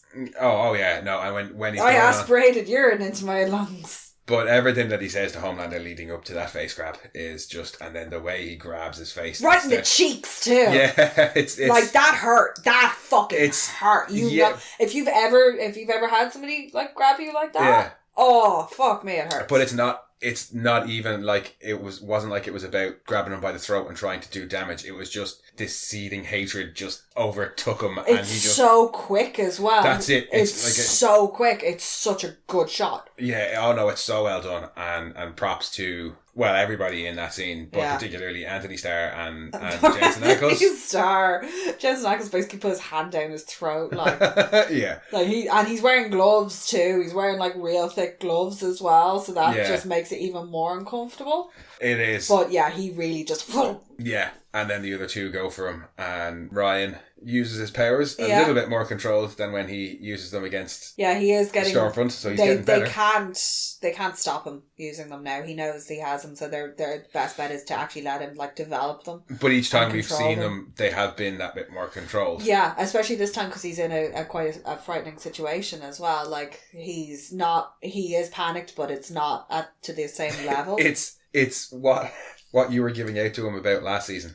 You were saying that last season you were pissed off that when Stormfront is choking out Becca, he's just standing there doing nothing except for, like, crying and saying, this time, like, he actually does something. And I was saying, the whole point is he's never been in a situation like that. He's absolutely terrified by all the violence around him and he's frozen in place. This time he does what you want, but he saves Homelander. Yeah. Yeah. But he does react. I actually thought he would get maybe caught in the cross blast and lose his powers. Well, I was saying that would have been really interesting if Ryan had lost his powers, because then we would definitely have gotten to the root of the matter very quickly as to whether Homelander cares about Ryan or cares about Ryan's powers. Yeah. But that's not an issue. It might be next season because Soldier Boy ain't dead. No, the CIA are working on something. You know that they are studying whatever the Russians have done to him. Yeah, I'd say if he can depower soups, the CIA want to know about that. Well, yeah, at the very least, they know they can't kill him, so they want to keep him somewhere safe. And then, secondary is probably find out how he did that whole depower soups thing. That could be useful. That you guarantee that's not the secondary objective. That's the primary objective to having him. I'd be curious as to in the comics. I'll try and say this so it's not spoilery. But towards the end, there's a weapon that's developed that's very helpful in stopping some of the soups. Yeah. Is that coming from that? Yeah, but in that it's a very specific thing. I wonder, is that where they're going with this? Would the CIA try and develop this anti-soup weapon that will then get rolled out? Well, I don't think it's in the comics. Much a case of will the CIA or will Mallory, with her access to off-the-books funding, develop it? And that's probably a resounding yes. Probably. She might do well to get Frenchie on board because, as we see, he creates an overtalk pretty fucking quickly. Yeah. And we get female's little dance fight scene. Oh, yeah, to Maniac? Yeah. Thank God they used that one and not Maniac 2000. Nobody's going to get that outside of here. And don't, do yourself a favour, do not look up Maniac 2000. It would have been hilarious, though. No, just don't. Yeah. Just don't. I do love not when she's stabbing the first guy, but when she launches herself off the table and basically cannonballs onto the second guy and into the cupboard of medical equipment. Oh yeah, that makes me so happy for some reason. Just the way she launches herself off the table, and like wraps herself around his upper body when she's smacking your man off the ground in time to the music. Yeah, somebody's been watching Shaun of the Dead again. But why did Frenchie get shot in that scene? I think Frenchie just... Well, he's... She doesn't quite get there in time. Yeah, but he's diving out of the way of your man. Oh, he is, yeah, but it's just... I don't know, it was weird to show him directly getting shot and then not make anything of it, I thought.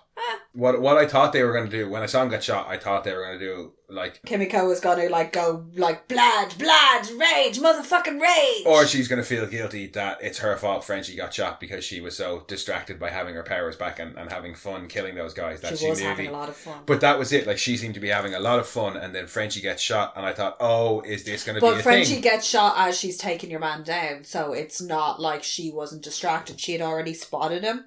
But she was late in spotting him because it's after she's banging your man on the ground repeatedly that she doesn't really need to do. She turns around as the guy is aiming at Frenchie and knocks the gun out of the way. So he only gets shot in the leg. There doesn't seem to be any guilt or anything there. No, and he's like, I'm fine, go. Like, in fairness, if he gets shot in the ankle is the worst thing that happened to them. Yeah, so I was like, it didn't add anything. He could have just not gotten shot, and then after she killed everybody, he could have... I don't know, I think but when she arrives upstairs then... Or is it to incapacitate him so he's not in that fight upstairs? Yeah, probably, because otherwise there would just been too many people to coordinate around, and I think if he had been in that fight, MM wouldn't have gotten his moment. Well, yeah, it's one thing to have just MM there as the only human in the room. Yeah. And he's got his big shotgun, and he doesn't try and get involved in that fight beyond shooting the shotgun once or twice and then saying, yeah, fuck your shield, bitch. And then jumps on him with the Novichok at the end of the fight. You ain't nothing but a racist piece of shit that we don't seem to get rid of. Yeah, I was delighted that he gets his moment. That was a very fun fight as well. Between the Soldier Boy fight going out in the main studio floor and the Maeve Homelander fight that's happening inside, which the Maeve Homelander fight is very, very interesting. It is, and just before they kind of split up, I did really like, I mentioned it earlier, the very short Butcher Homelander team up. Yeah, you don't we have our own issues, but you do not fuck with this kid. Yeah, and they laser Soldier Boy out of the room, and then they look at each other and kind of nod as if to say one of us is going to go after Soldier Boy and the other one is going to protect Ryan. Yeah, and the Homelander tries to protect Ryan, and then that's when Maeve. Yeah, and he's like, Maeve, not now, and she's I did like that, the not now part. We had bigger fish to fry, and she just goes, I don't. But everything he does up until she draws blood, he's just knocking her out of the way and kind of slapping her down. Yeah, but once she draws blood, he goes a bit biff. He gets a bit... You made me bleed my own blood. Yeah, no, well, that's the whole, oh, fuck, you're serious. And she does get some good knocks in on him. Oh, she does kick the absolute shit out of him. But we know she's been training. Yeah, but we also know as well that Homelander isn't the best fighter. Yeah, Homelander's not a good The fighter. second that he stops slapping her down and is like, oh shit, you made me bleed my own blood, he lasers her tits. He goes for the laser, yeah. And then she, like, that's his like, right, I'm mad, I'm going to laser you now. And I think people underestimate how strong Maeve is as well. Maeve is a big ass brawler who is just known for being strong. She held up a fucking school bus. All she did was break her arm. She one-armed Black Nora into submission and shoved Almond Joy into his face. One-armed him. Yeah. And never mind her introduction scene is her getting driven into. Yeah, and we've always known that she is supposed to be strong. Yeah, she's supposed to be strong.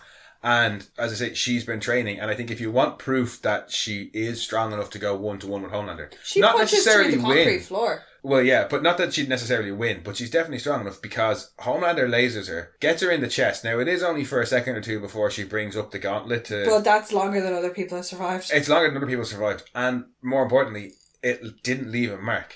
No. The first time that he lasered Stormfront's titties, even just for a second, scorched. She had a scorch mark that then healed, but she had a scorch mark. So Maeve is fucking strong. Maeve is incredibly strong. Well, Maeve's one of the oldest ones by the sounds of it. Like we'll say the Homelander wave. Yeah. The not the golden age, more the silver age, Hollywood age of. Yeah, I'd say she's been around and on the scene as long as Homelander. Yeah. Not the crop from the 80s, the crop from the 2000s. Yeah. Well, like we know Homelander was born in 81, so I'd put Maeve as being an 80s baby. As well, yeah. So yeah, they've all been floating about for a while. And she's been top for a long time because she has that, like, the fact that Payback were still functioning as a team without Soldier Boy. Yeah, when the 7 started. She says the 7 passed them in sales. Yeah, and Crimson Countess pulled a Sharon Osbourne. Yep.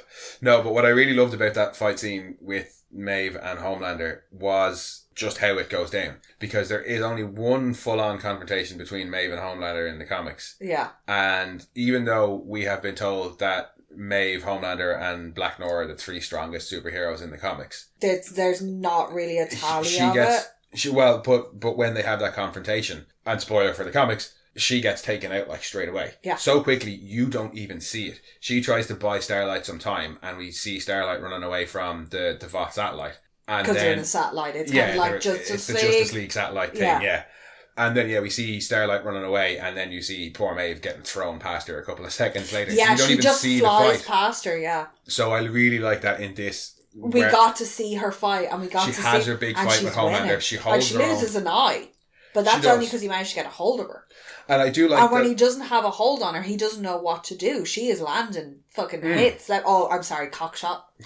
Oh, yeah. That cock shot. Yeah. And he's wearing a cup. But yeah, I mean, Maeve You knows... can see he's wearing a cod piece. So, like, he's lucky his genitals are still attached. And you can see Maeve's focus in the fight is as much on avoiding his blows as it is on landing her own. Yeah. Because it doesn't matter how strong he is. If he can't hit you, you're not going to get any damage. Yeah, she's going for kidney shots and stuff like that. Yeah. She's fighting nice and dirty. No, I really like that. And then... He's going to be pissing blood. Up to the point where then she gets the steel straw and gets him right in the ear. Oh, that hurt so bad.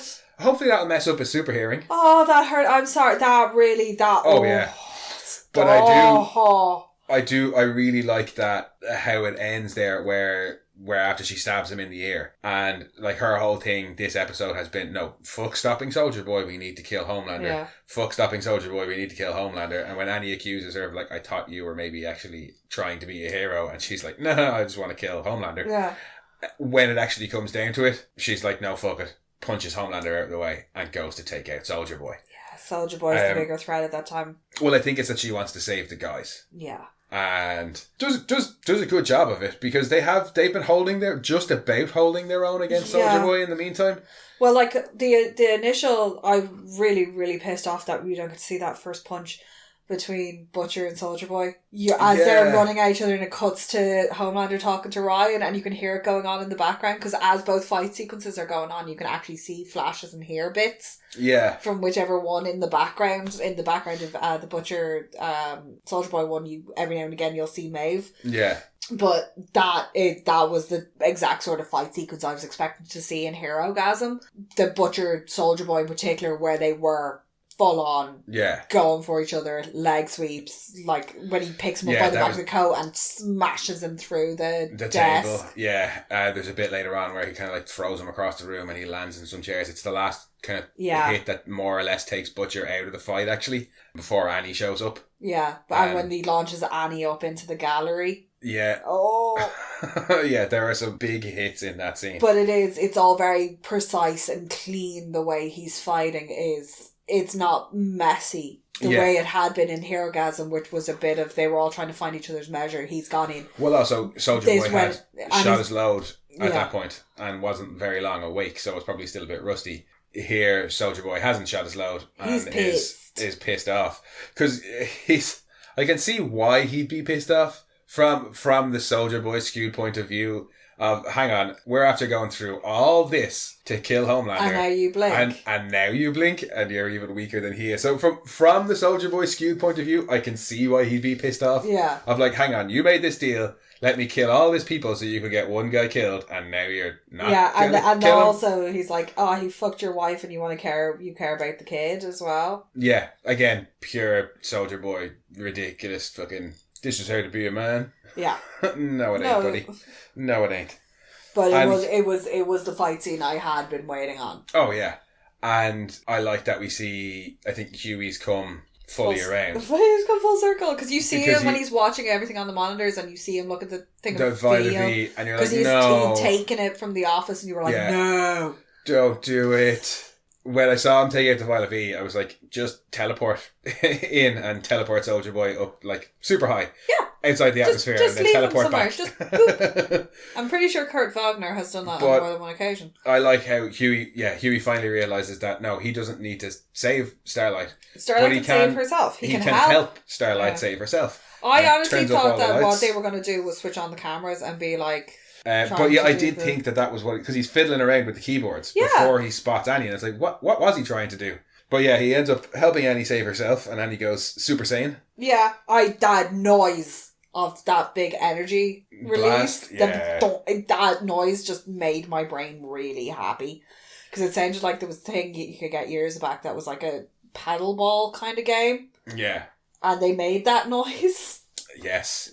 It was like, instead of it being the Velcro ball with like the Velcro pad, it was like that weird plastic that made a boom noise. Yeah, that's kind of the tipping point in the fight after Annie goes Super Saiyan. They get the jump on Soldier Boy. And, well, they kind of do and they kind of don't. Well, yeah, they try and Novichok him, and it doesn't really seem to work. It starts to seem to work. It's almost exactly the same as how it's done in the animated one. The way they're holding him, and then somebody jumps in from behind with Countess had been the one who jumps in because she hadn't been involved in the fight up until that point. She's the one that jumps in. Yeah, and this time it's MM that joins in. And and it's like, you're a racist piece of shit, and they almost get him. Yeah, but he does not want to go back into that fucking box. Not getting in that box! And you believed every bit of that delivery. He does not want to go back in that box. Not getting in the box! And powers up, and I think, it looks like he's literally powering up for a blast that will kill everybody, including he don't himself. Care. He don't care. So I would rather die. Not going in that box. Yeah, I would die and take you all out with me instead of going back in the box. And that's when Maeve goes full hero. You took Beetlejuice out and you never put him away. Well, this is what Maeve tries to do. Maeve tries to put him back in the box. And I admirable that Maeve is like, I'm going to save all these guys. But there's the tower has been evacuated. Yeah. And there's, 5 or 6 people in that room? Yeah. She then jumps him out a window and destroys the outside of 2 buildings and probably rains glass on anybody down below. Yeah, but if he had gone inside that building, most of that building would have come down. The building probably would have come down and killed anyone. And I mean, don't get me wrong, I'd rather innocent bystanders that I've never seen die than the main characters of the show. It's still better to be outside than inside. Yes.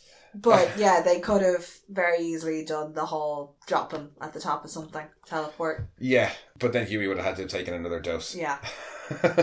But yeah, that's pretty much the fight over. Maeve takes him out, he explodes outside the building, and then Ryan saves the gang. Ryan does, by basically being like, Dad, I want to go, let's not be here anymore. And it's like, Ryan inadvertently saves everybody else's asses. Especially because they don't have Soldier Boy or Maeve there, so... there's no way they're going to be able to take... Yeah, they ain't going to be able to take him on.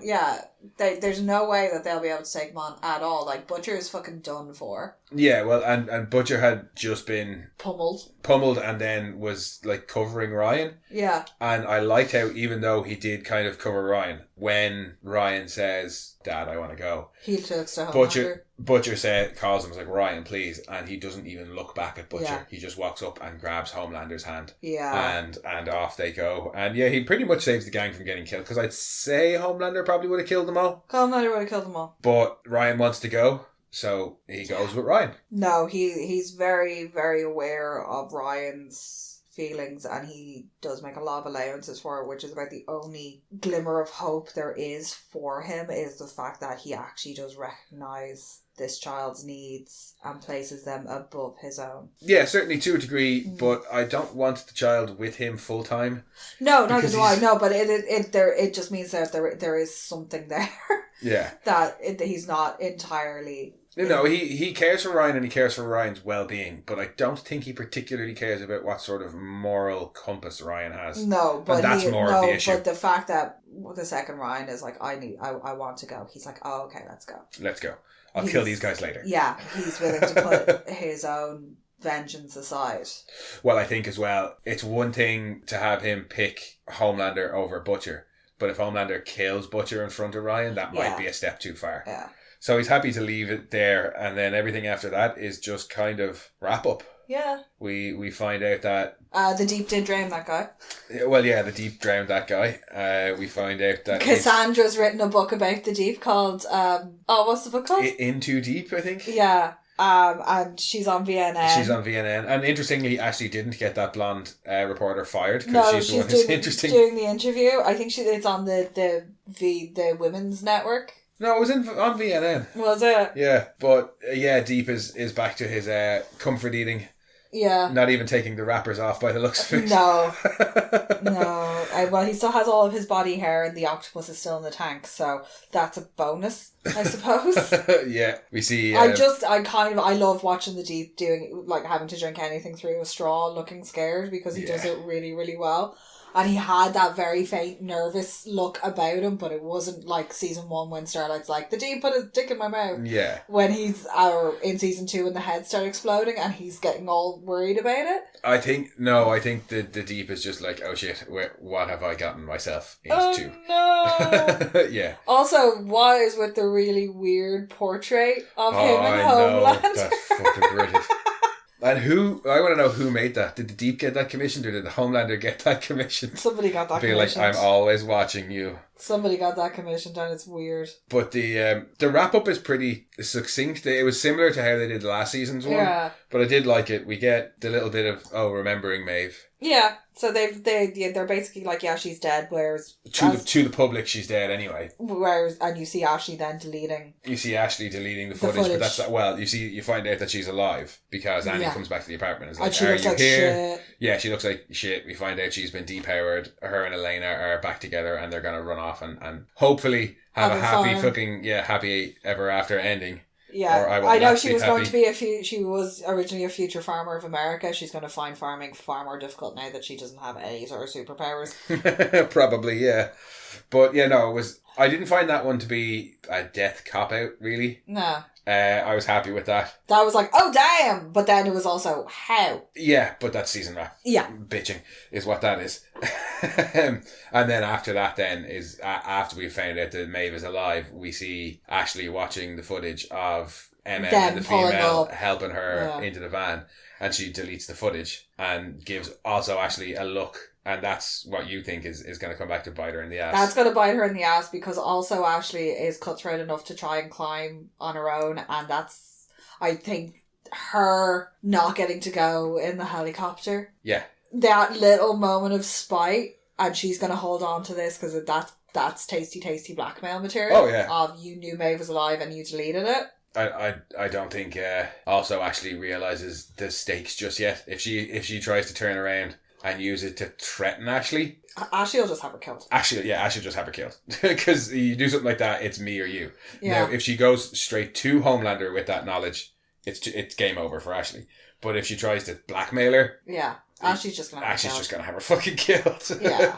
But yeah, no, we get another couple of bits of wrap-ups with, we see Soldier Boy with the... in his new tank with the CIA, and then Annie getting rid of her costume and officially becoming one of the boys, which I love. Yeah, she puts it down the garbage disposal. Yeah, no, I like that. Annie's one of the boys now. She's not. I just like Emma. If you're going to be working in this building, you need to double time bag your career. Yeah, this historic building. Yeah, it's the same speech he gives to Frenchie at the very start when he's like, if I'm going to be here, you got to like control your shit and use a plate. And he's like, I don't use a plate when I eat your mother's sweet and savoury regime. Yeah, but they're all talking about how welcome Annie is and then they get the news report that the VP's candidate has drowned. Yep. Well, Butcher shows back up. Yeah. And as they're just about to discuss whether or not Butcher is welcome, was the impression I got, is when they catch the news report that... Well, Butcher's also just been given the news that he's got like a year to live because brain Swiss cheese. I don't think he'll be telling them that, though. No, he's not going to. Is he going to? He's just not fucking anything. No, he's not going to fucking tell them that. But he doesn't even have the chance to yet because they see on the telly that Vic is going to be the new VP for... Well, the candidate. The candidate for VP along with Bobby Singer.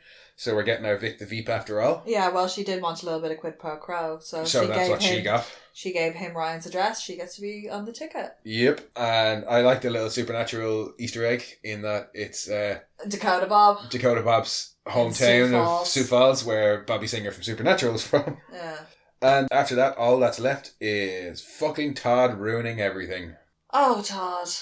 Well, you've got this protest. They've toppled the Soldier Boy statue because apparently Soldier Boy was radicalized by the Russians. And he's the one who attacked Homelander and killed Maeve. Yeah, so that's the whole story that, well, Maeve, I think, it bravely sacrificed herself. Like, they've actually given her the hero story, at least from what the news seems to be. It's all, like, remembering Maeve, and there's a brilliant bit in the ticker from her co-star in Dawn of the Seven who says she's the best kiss she ever had.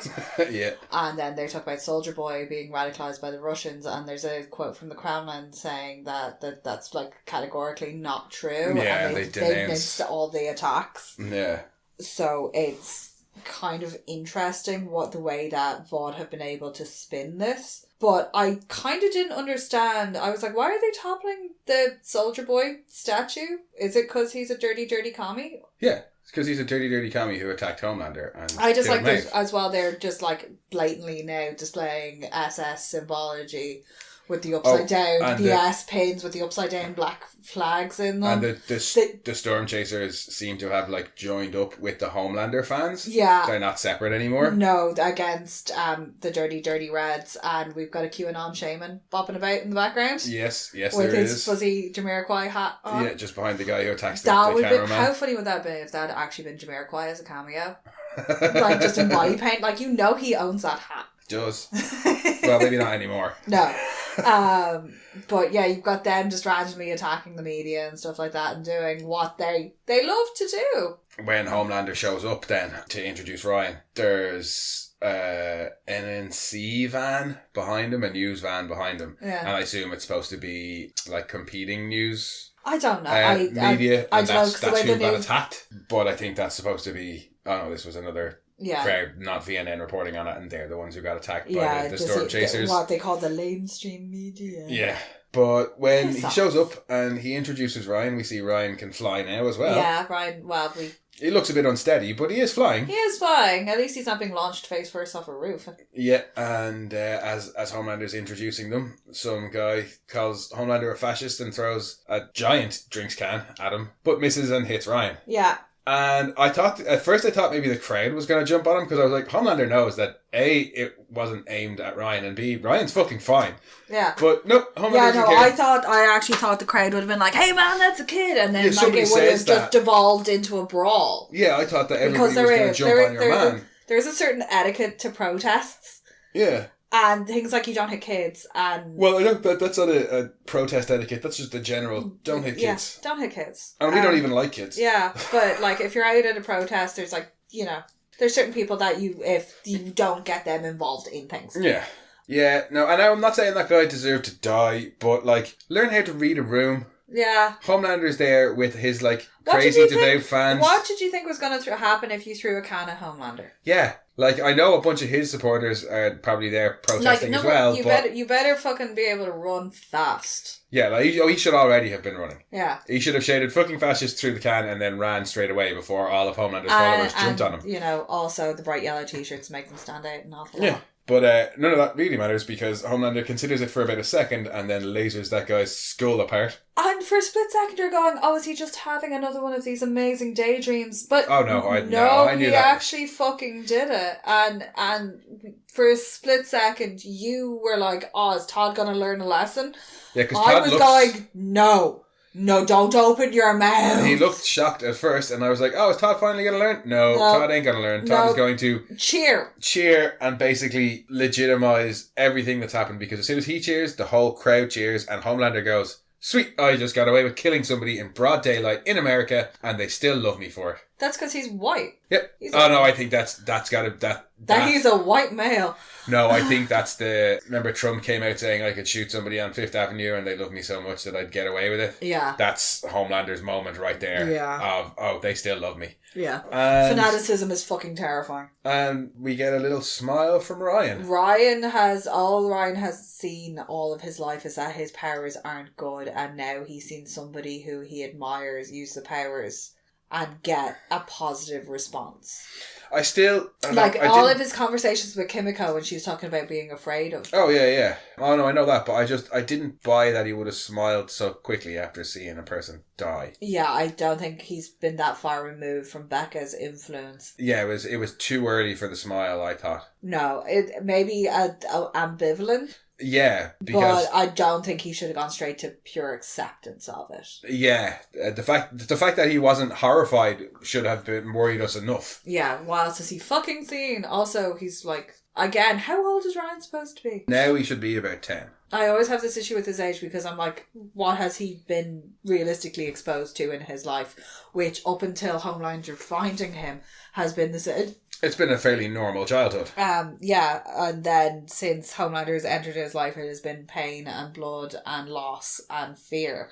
Yep. But yet somehow this is the person that he wants to comfort him. The person who has brought all of this into his life is also the person that he has turned to. Well, I think a lot of it is after Butcher pushed him away. Yeah. That had a massive effect on him. But yeah, I think the smile was a little bit too early. But then again, I know they wanted to have a cliffhanger for the end of the season. Can somebody just let that kid outside for a bit, please? I'm sorry. He just does look like he needs to go outside and be in the sun for a while. Yeah, he just kind of pale and sickly looking. Yeah, like he just looks to me like he needs to go and sit outside and chase. Like, well, obviously he was outside chasing a ball around the place. Yeah, but he needs more sunlight and a burger. Yes. I'm with Butcher. Yeah, get that kid a burger. That kid needs a burger. But I think the only other thing that's not worth mentioning, but definitely deserves a mention, is that music at the end there. Oh, the violin piece is so good. That music at the end is just the music so the whole way good. through this season. Yeah, this season in particular has been noticeable.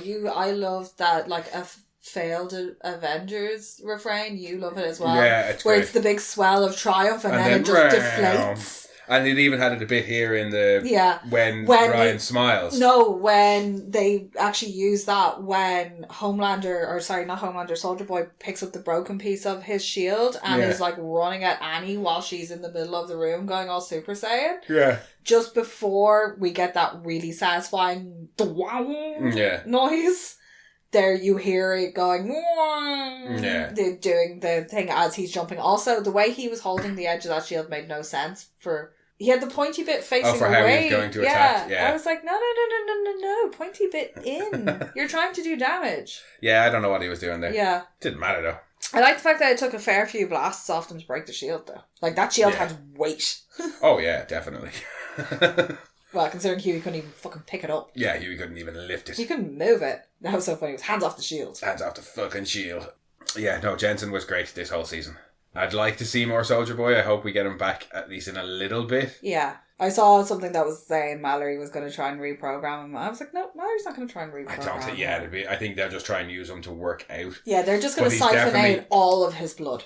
He's definitely going to come back into it in some way or another because they can't just have him. They can't wake him up and use him again because he's going to do that. But I think they're just going to end up like siphoning all of his blood out or something. Yeah, but they can't just leave him where he is because it'd be too open of a plot thread. Yeah, well, he's with the CIA. That's what. But for the minute, he's with the CIA and he's tied up, and I'm okay with that. He's in that same big vault with the Ark of the Covenant. But I wouldn't mind more Soldier Boy. No, I did enjoy him. Especially as well because I don't want it to go into a one big bad per season thing. Yeah. They could be in, depending on what happens in season 4, they could be in danger of having done that. Stormfront was the season 2 villain, so was the season 3 villain. Will somebody else be the season 4 villain? Homelander as the main overarching villain. I'm surprised we didn't get any Stan Edgar at all. Yes. Even a news cameo or something like that. No mention of him really. No, not since his departure. So I wonder if he'll come back now next season because they've had this. If the board will, they're definitely going to bring him back because is he going to have shown up now as a contact with Mallory? Oh well, I don't even know how they'll bring him back. I just know they will because of how they. That be, though, if he shows up and he's been working for Mallory, I think we might get him back in that way, but just again for him to maybe get himself back in control of Vought. But I definitely think we'll get him back because there was nothing final about how he left the scene in episode 4 or 5. Well, apart from giving Homelander the slap down. Yeah, but even still, there was nothing final about that. I didn't think that he was done when he walked out of that office. No, I have been expecting to see him pop up. Yeah, I'm surprised he hasn't since then, to be honest with you. But anything else you'd like to add about this episode? No. Before we go back into our COVID cocoon coma? No, COVID cocoon is calling me now. I am actually pretty rocked. No, most things I reserve until season wrap up because I have a lot of shit to say in that about the season in general. Yeah, in general. I don't think I have anything more to say about this episode that isn't going to lead me into an hour-long rant about the season in general. Yeah. So. Really enjoyable episode. Maybe, also, I'm really, really out of breath. Yeah. Maybe not their strongest finale. Definitely not the strongest episode of the season. No, but you still know a very what? good episode. I was still, if if out of the blue they cancelled it tomorrow, I would be happy with the season ending. Like, I think that's a good season finale. There is enough there to go on with it, but if we never got season 4, I would be very happy with the roundup of things. It is almost, everyone's almost back into their same positions that they were in previously. Yeah, there has been a fair bit of change character-wise.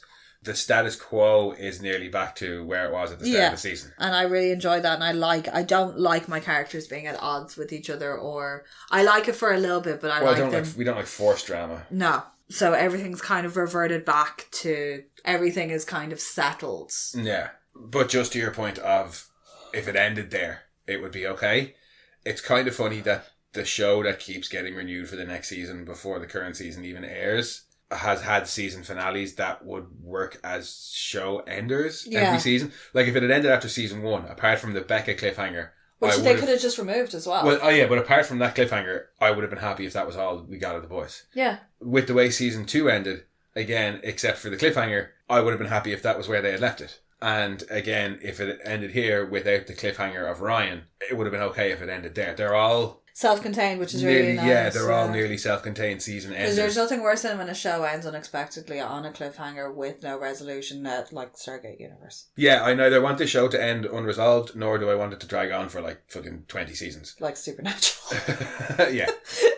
Yeah. Universe ended too soon. Supernatural just wouldn't fucking end. But you're right, yeah, we're already veering into season wrap chats. Yeah. Now. So, I need to go lie down. As a finale, definitely did enjoy it. As I said, maybe not their strongest episode, but still very enjoyable. I got a really big fight scene, I was happy. Yeah, no, the fight scene was excellent. And we got a good bit of character growth from Huey. And we got some humility. Yes. We finally got Huey being sensible, and we can continue hating on Todd. Yes, we can. Jesus Christ, he's a fucking gobshite. But we'll be back next week, guys, for our season wrap. And as I said last week, if any of you would like to get involved and give us some of your thoughts on the season, just send them on to, you can send them in via email to monorantspodcast@gmail.com, or you can message us on Twitter or Instagram, whatever you want, and we'll read them out next week and give you our thoughts. Fight you. Well, yeah, depending on what you have to say. Depending on how spicy I feel. Yeah, either agree with you, disagree with you, fight you. Yeah. But yeah, no, if you want to get involved, just shoot us a message. And in the meantime, if you want, you can head back and listen to all our previous episodes, or you can jump over to Mono Rants at the Movies and listen to what we think about some of our favourite movies. Yeah. And you can also come and find us on Twitter at RantsMono. You can send your own rants to monorantspodcast@gmail.com, or you can find us on Instagram as well at monorants_the_boys. And we'll be back next week for our season wrap. Toodaloo. Bye-bye. We are Science Fiction Remnant. This is the Funny Science Fiction Podcast. We are the Caribbean Science Fiction Network. We are Monorants. We are One Accord Level 2 Podcast. This is Sci-Fi. Man, we really hate Todd. Fuck that guy. Such a gimbal. Fuck that guy.